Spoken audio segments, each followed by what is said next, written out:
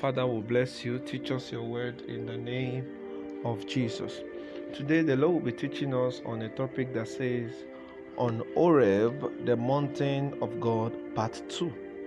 On HOREB, the mountain of God, part 2. And we're going to take our text from Exodus chapter 3, from verse 3 to 14. Let us consider verse 3 to 4.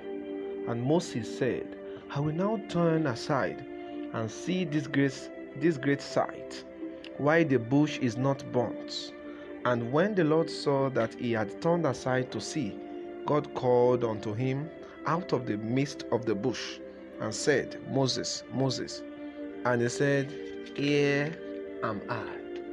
The bush burning but not consumed was a great feat. That was why Moses turned to look at it. When you see God making your life like that of a bush that burned but not consumed, then know that he is showcasing his greatness through your life.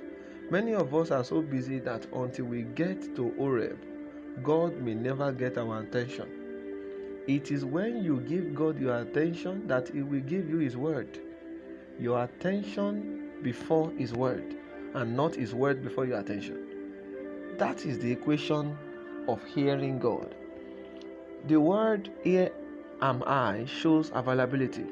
God doesn't use people in absentia. God does not use people in absentia. You have to be physically present. Your availability is very important. In verse 5, the Lord told Moses not to draw near and that he should put off his shoes because he is standing on a holy ground. This instruction was momentary. A momentary instruction cannot become a doctrine. It shouldn't become a doctrine for others to follow. Why did he put off his shoes? He did that because he was standing on a holy ground. This doesn't mean that Moses now began to walk barefooted from that day onwards. Everywhere is not a holy ground. Everywhere is not HOREB. That instruction is only effective in HOREB. Now that Christ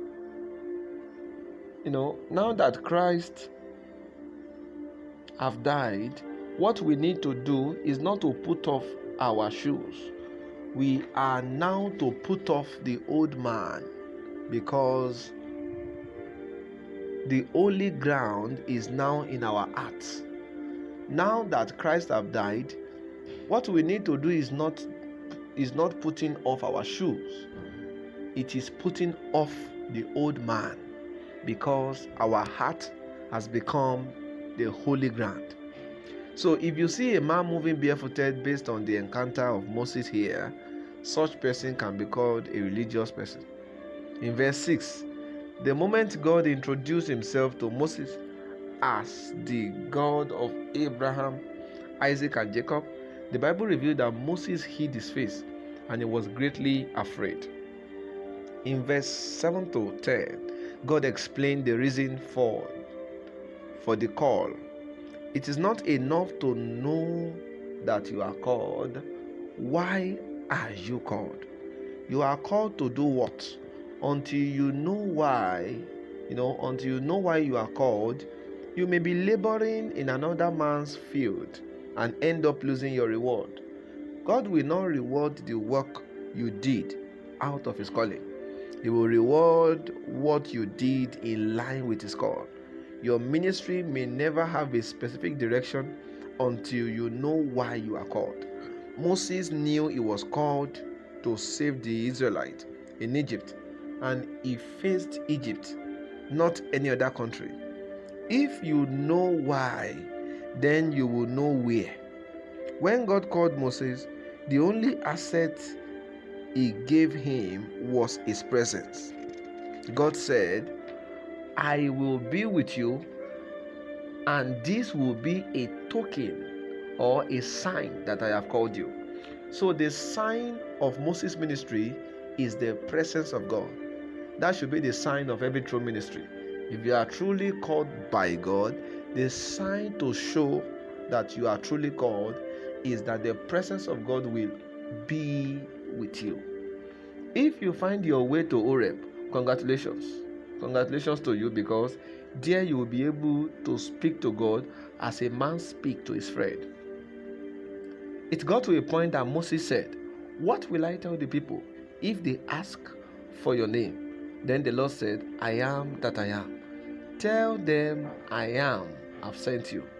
The I am dimension is a very sensitive dimension that we all need to know.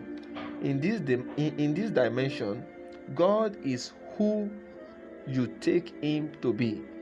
If you are sick and you don't believe he can heal you, then your sickness will remain, because you are dealing with the I am. I am that I am means I am what you believe I am. It means I am who you say I am. Even if I have the power to heal the sick, if you believe I cannot heal you, I cannot. Or better still, I will not. Why? Because I am that I am. Meaning, I am who you say I am. I am to you who you believe I am. If you see me as a blesser, then I will bless. But if you don't, then you may not enjoy my blessings, because I am that I am. So if you believe I can help you pass your exam, I will. And if you don't, you do it yourself. Why? Because I am that I am. This is the wisdom of God. Don't sell it.